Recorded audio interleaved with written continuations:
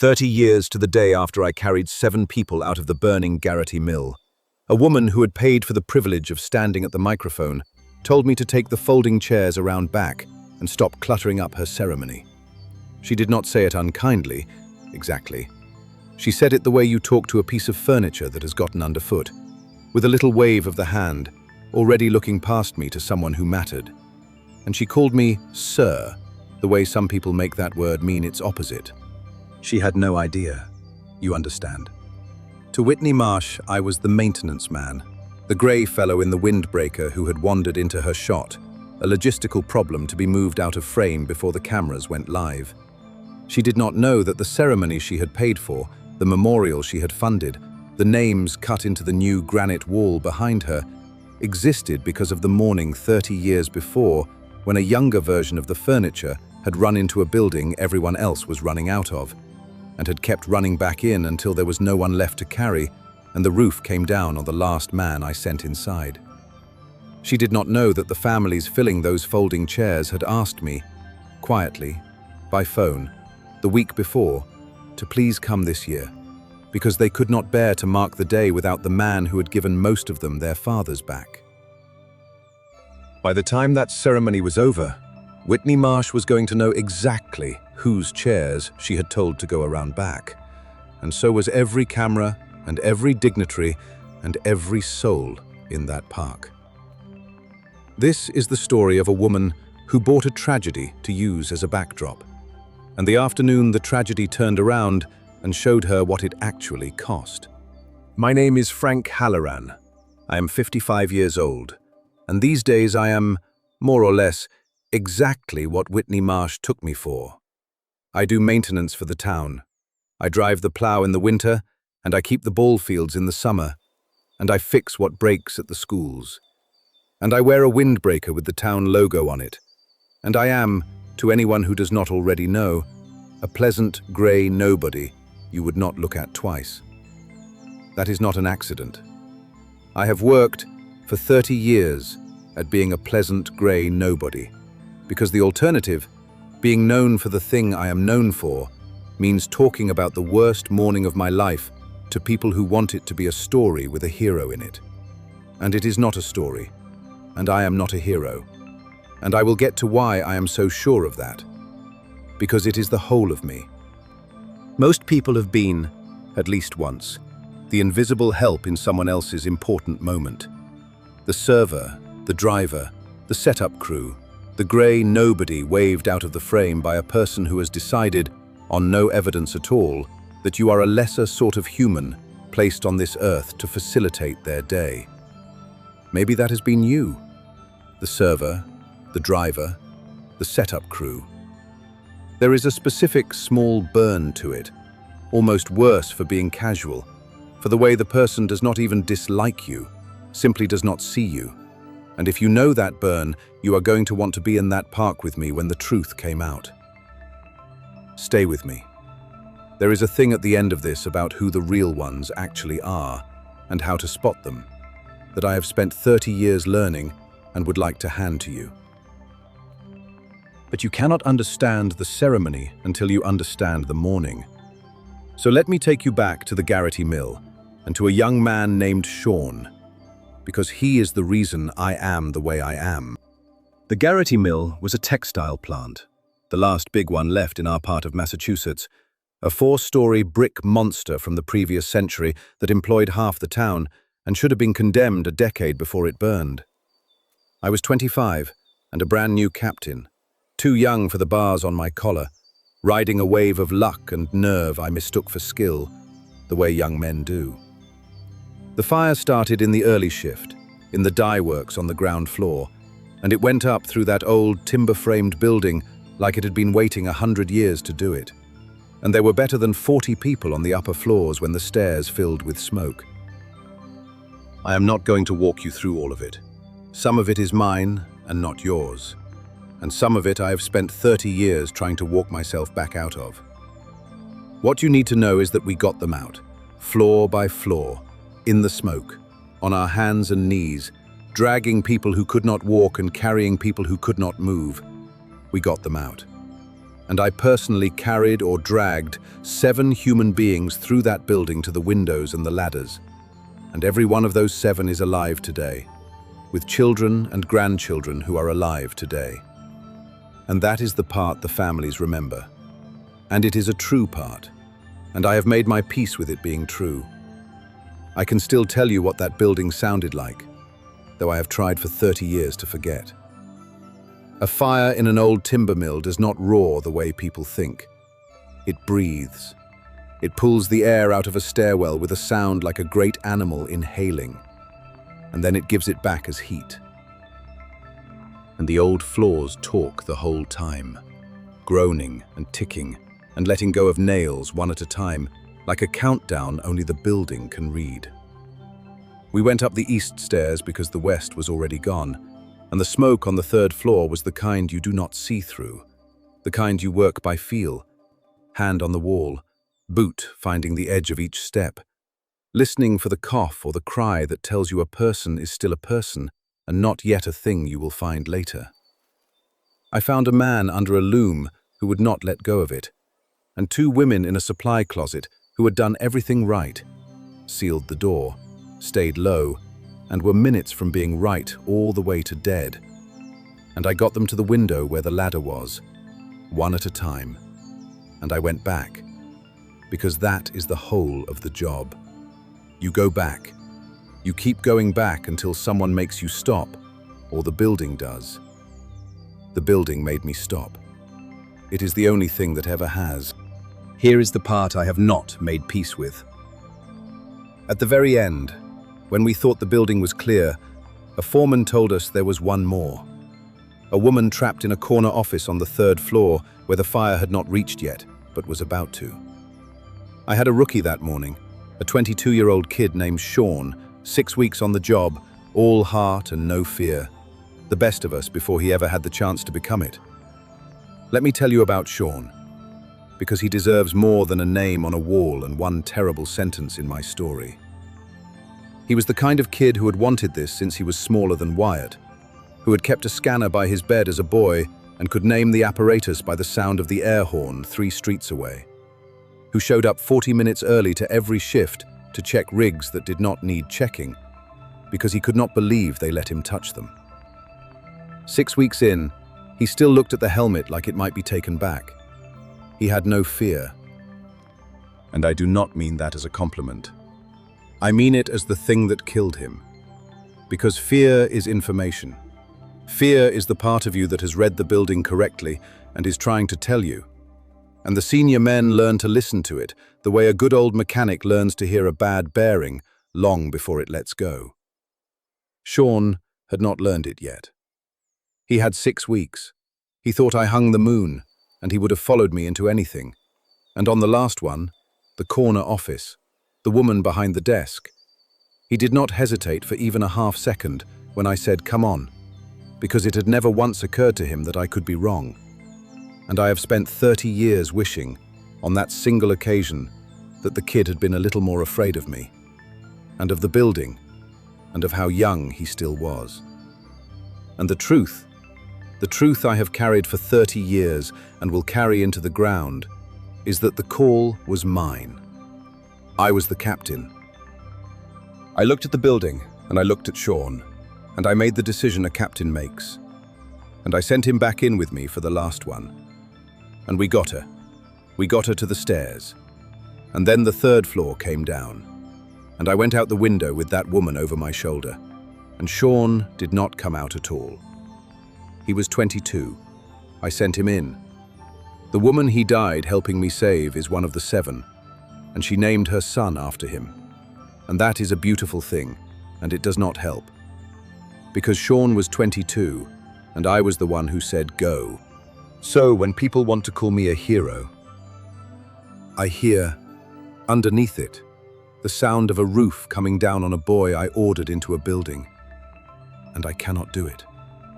I cannot stand at a microphone and be celebrated for the worst decision I ever made, even though every fire officer alive will tell you it was the right call, even though 6 people are alive who would not be, because being right and being able to live with yourself turn out to be 2 completely different things.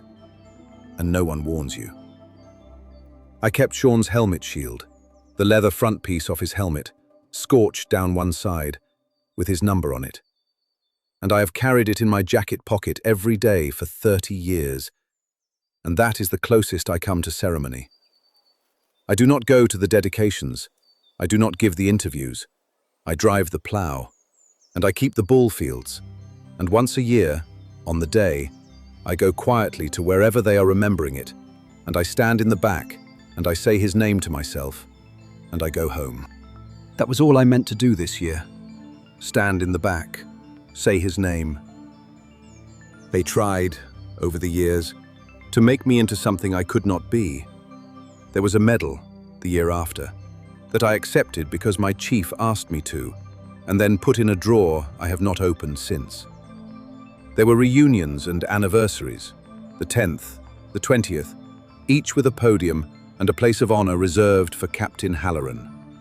And I went to exactly one, the 10th, and I stood up at the microphone in front of the families and opened my mouth to say the things you are supposed to say. And what came up instead was Sean's face at 22, and I could not get a word out, not one. And I stepped down, and I have never tried again. People took it for modesty. It was not modesty. Modesty is when you have done a fine thing and decline to crow about it. This was a man who cannot stand in the light of the 7 without standing in the shadow of the 1. Because they are the same day, they cannot be pulled apart. The carrying out and the leaving behind happened in the same 90 minutes with the same 2 hands. And you do not get to keep the half that makes you a hero and set down the half that makes you the man who said go.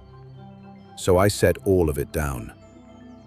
I traded the medal and the podium for a plow and a set of ballfields, and I have been, by every visible measure, a smaller man for 30 years. And it is the only way I ever found to keep breathing. The town, meanwhile, did what towns do with a thing like the Garrity fire, which is turn it slowly into a story, and then into a symbol, and then into a line in a brochure. For the first few years it was raw and real, the kind of grief a whole town carries together. And then the years did their work, and the people who had actually been in it got older and quieter, while the people who had only heard about it got louder and more certain of what it had meant. And somewhere in there, the fire stopped being a mourning 40 families lived through and became a piece of civic property, an asset, a thing that could be commemorated and, eventually, developed. I do not entirely blame anyone for it. It is how the living go on living. But it is why a woman like Whitney Marsh could stand on that ground and feel she owned the meaning of it. Because by the time she bought the land, the meaning had been sanded down into something a person could buy. And the only ones left who still knew the splinters were a shrinking handful of us who did not talk about it, and a wall that had not been built yet, and the inside of my jacket pocket. Whitney Marsh had other plans for the back of that park, and for me. Whitney Marsh was a developer, the kind who had bought up half the old mill district for nearly nothing and turned it into condominiums and called it revitalization. And the Garrity site was the jewel of it, and she had funded the memorial park on the footprint of the old building as the centerpiece of her whole development. Which is a thing I might even have thanked her for, if she had done it for one single reason that was not about Whitney Marsh. But she had not. The memorial was an amenity. It was a selling point and a tax position and, on the 30th anniversary, a media event, with a stage and a sound system and a row of folding chairs for the families and a battery of cameras she had personally invited. And she stood up there in an expensive coat, directing it all like a woman who had not only paid for the party, but invented grief itself, and was generously sharing it with the rest of us. I had watched her work the crowd for an hour before her eye ever landed on me, so I knew, before she opened her mouth at me, exactly what she was. She greeted the dignitaries with both hands and a practiced tilt of the head, and turned, in the same breath, to the caterers and the sound crew and the town workers with a flatness that was almost more honest than the warmth, because at least the flatness was real. She made the photographer reshoot her at the podium 4 times. She had the family chairs rearranged twice so the granite wall would frame her better, moving the seats of grieving people around like props. And not one of the families said a word, because grief makes you polite and money makes you obeyed. And the combination is a kind of silence that people like Whitney Marsh mistake their whole lives for agreement. She had a way of saying the word community that made it sound like a brand, which, on her balance sheet, I suppose it was. None of it was illegal and none of it was even unusual. It was just a person who had confused owning the ground a thing happened on with having any part in the thing itself, and who was about to learn the difference in front of every camera she had been so careful to invite. I came in the back, in my windbreaker, the way I always do, and I had not told anyone I was coming, because the families who had called me had done so privately, and I did not want to fuss. And almost the moment I arrived, while I was standing quietly off to the side near where the chairs were stacked, Whitney Marsh's eye fell on me, and she saw exactly what she expected to see, a maintenance man loitering in her venue. And she came over with a young assistant trailing her, and she told me, briskly, that the chairs needed to go around the far side, and that she would appreciate it if the help could stay out of the sightlines once the program began. I did not correct her. I want you to know that. I have spent 30 years not being known, and I was not going to blow it up in a moment of wounded pride. So I just nodded, and I picked up a stack of chairs, because what was the harm? And I started to move them. A 55-year-old man in a town windbreaker doing exactly what the rich woman told the furniture to do. There was a kid working that event, a 17-year-old named Wyatt, a local boy who had volunteered to help with the setup because he wanted, more than he wanted anything, to be a firefighter someday. And he had been hanging on the edges of the department's tables all morning with his eyes shining. And Whitney Marsh had been riding him too, all morning, the way she rode everyone she had filed under help, snapping at him for the way he set the water glasses, sending him back twice to redo a thing that was already right. And the kid had taken it the way poor kids learn to take it, swallowing it, getting smaller. When she saw Wyatt helping me move the chairs, she stopped us both and informed us, in front of a clutch of arriving dignitaries, that she had not hired us to socialize, that there were standards for an event of this importance that people like us evidently did not understand, and that if we could not perform a simple task without making it a project, she would find people who could. People like us. The kid flushed to the roots of his hair, and I felt something I had not felt in a long time start to come up the back of my neck. Not for me. I am long past being able to be insulted on my own behalf. But for that boy, whose only crime was wanting, with his whole heart, to grow up into the exact thing this woman was about to spend an hour pretending to honor. I have a temper. I have spent 30 years learning to bank it, the way you bank a fire so it holds through the night without flaring, and it has not gone out. It has only learned to hold. Standing there with a folding chair in my hands while Whitney Marsh explained to a 17-year-old that he was a lesser kind of person. It flared in me as hot as it ever did at 25, and it wanted very much to make me set the chair down and tell her, and the cameras, and the dignitaries, exactly what had happened on that ground 30 years ago, and exactly who had been moving her chairs, and to watch her face do the thing faces do. It would have been easy. It would have been deserved. It rose up in me, hot and ready. What put the chair back down was the leather shield in my pocket, and the boy it had belonged to. Because that park was not a stage for me to win something on, and detonating Whitney Marsh in front of her cameras would have made the day about Frank Halloran's grievance, and the day was not mine. The day belonged to 40 people who walked out of that building and the one who did not, and to a 17-year-old who needed, far more than he needed to see a rich woman humbled, to see that a man could be treated like dirt and keep his dignity anyway, because that is a thing he was going to know in the job he was hoping to do. So I did not detonate. I did the thing I have learned to do instead of exploding, which is to get very quiet and very still. And I turned to Wyatt, and I told him, low, just for him, that he had set those glasses exactly right, that I had watched him, and that the thing he wanted to do someday had nothing to do with pleasing people like her. But it was about standing in a doorway on the worst morning of a stranger's life and not leaving, and that he already had the only thing that could not be taught, which was that he had not gotten smaller on the inside, only the outside. And then I picked up the chairs to carry them around back, because I had said I would, and a promise is a promise, even to someone who does not deserve one. And it was as I was turning to go, with the chairs in my arms and the boy beside me, that I stopped, because I could not help it. And I looked at the new granite wall with all the names cut into it, and there was Sean's name, near the top, where they put the ones who went in and did not come out. And 30 years rose up in me all at once. And I did the one thing I always do on this day, the only ceremony I have. I said his name out loud, not to anyone, just to him. I said, "Hey, Sean."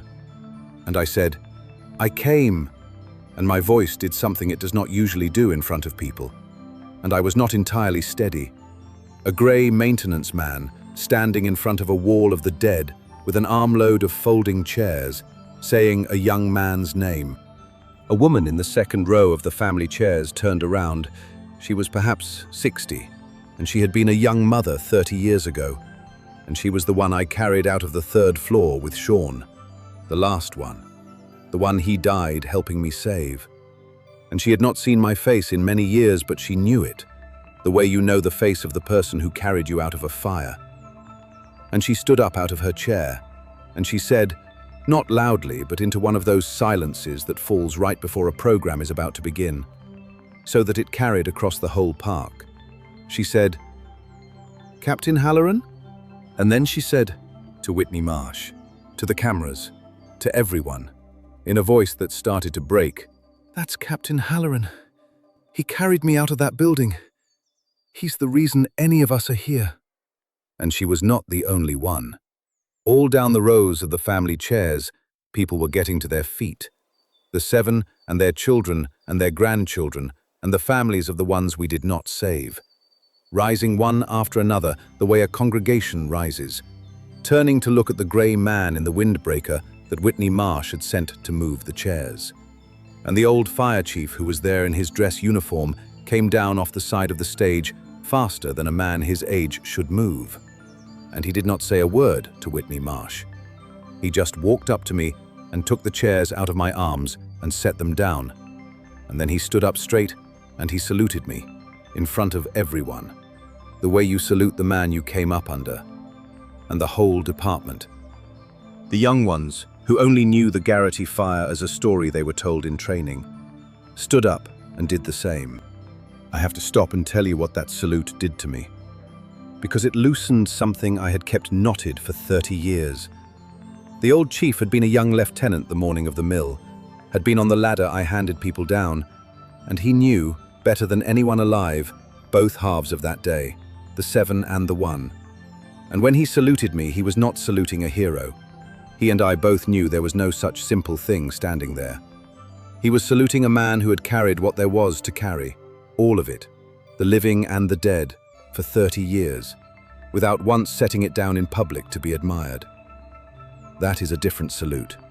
It does not say you are great. It says I know what it cost you, and I carried my piece of it too, and you are not as alone in it as you have made yourself for 3 decades. The families coming up out of their chairs were saying the same thing in their own way. The 7 and the children of the 7 and, hardest of all, the parents and the widow of the ones we never reached, coming to stand near me, not because I had saved everyone, I had not, but because I had been there, in the smoke, trying, on the worst morning of all our lives. And being there, it turns out, is the thing people remember and honor long after they have forgiven you for not being God. I did not hold it together. And I will not tell you otherwise. But the moment was not about Whitney Marsh. whatever she felt standing there. And that is the thing she could never have understood, and maybe understood right then for the first time. Nobody turned on her. Nobody had to. The room simply turned toward the wall, and the families and the names and the work that was actually done on that ground. And in doing so, it turned its back on her, and her stage, and her cameras, and her expensive coat. Not out of cruelty, but out of the simple physics of attention, which always, in the end, finds its way to what is real and leaves what is not, standing alone at the microphone. She had built a stage to be the center of, and the center of the thing turned out to be a wall of names and a man she had told to go around back. And there was no version of the afternoon in which she was anything but the woman who had not known. The cameras she had invited to make her important spent the rest of the day on the families and the chief and the captain, and she stood at the edge of her own event, holding her notes, as invisible as she had spent the morning making everyone else feel. Here is the part I did not expect, and it is the only thing about Whitney Marsh I came away able to respect. When the chief offered me the microphone, and I declined, because I have never in 30 years been able to make myself take it, there was a silence, and the program had no center, and Whitney Marsh, who could have used that silence to climb back into her spotlight, did not. She came down off the stage. She came over to where I was standing with the families around me, and her face had stopped performing, maybe for the first time all day. And she did not apologize in the big public way that would have made it about her again. She just said, quietly, that she had not known, and that she was sorry, and that the wall would be cared for as long as she owned that land, which, knowing what such promises are worth, was still more than I expected. I do not think Whitney Marsh was redeemed that afternoon. People do not transform in an hour, and I have learned to distrust the stories where they do. But I think she got, for one unguarded moment, a clear look at the size of the thing she had been using as a backdrop, and at the smallness of her own part in it. And I think a clear look like that, even late, is not nothing. It is the beginning of the only kind of change that is real, which is the slow kind, and whether she did anything with it is between her and the rest of her life. The boy, Wyatt, is the part of this I am gladdest about. The department had him in for a tour the following week, and the chief took a personal interest, and he is signed up to test for the academy the year he turns 18. And I have taken him under my wing the way Sean never got the chance to be taken under anyone's, which is its own kind of mending I did not expect to get this late. He reminds me of Sean in the ways that matter and, thank God, not in the one that does not. He has the heart, the early to every shift, cannot believe they let him touch it, heart. But he also has the thing Sean never got the years to grow, a healthy respect for the fact that buildings fall, and that wanting to save everyone is exactly how you get yourself killed and save no one. I have made it my business to teach him the fear, the useful kind, the kind I wish to God I had taken the time to teach a 22-year-old in his 6 weeks instead of assuming there would be time. There was not time. There is never as much time as you assume.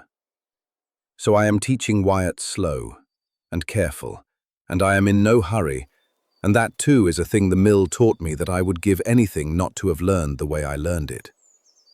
And when he leaves for the academy, I am going to give him Sean's helmet shield.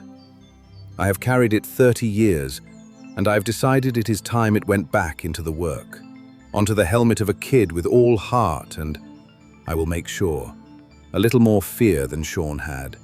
The useful kind, the kind that brings you back out. Sean's name is on a wall, and that is right.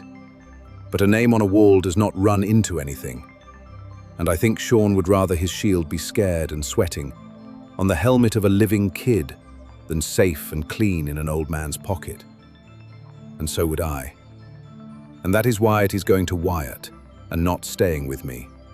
Some things you keep by giving them away. I learned that one late. I promised you something at the start, a way to spot the real ones, and here it is. After 30 years of being mistaken for furniture, the world is absolutely full of people who have done the actual thing, carried the actual weight, run into the actual fire, and almost none of them are standing at the microphone. Because the ones who have truly done it mostly cannot bear to be celebrated for it, and so they drive the plow, and keep the ballfields, and move the chairs you tell them to move, in windbreakers, invisible, all around you, all the time. And the ones at the microphone in the expensive coats are very often the ones who have done the least, because being the center is a hunger that the people who are actually full do not feel. So I am going to ask you to do a thing this week, and it is simple. Look at the help. Look at the grey nobody moving your chairs, the quiet one at the edge of the room that everyone is talking over. Ask them a question. Listen to the answer. Because I promise you, on Sean's name, that some of them have carried people out of fire, and you would never know it to look at them. And the surest way to find out who the real ones are has never been to watch the stage. It has always been to watch who is quietly doing the work while someone else takes the bow. Tell me in the comments about a quiet person in your life who turned out to have carried more than you knew. I read every one. And the next time someone tells the help to go around back, take a good long look at the help first. You may be looking at the only real thing in the room.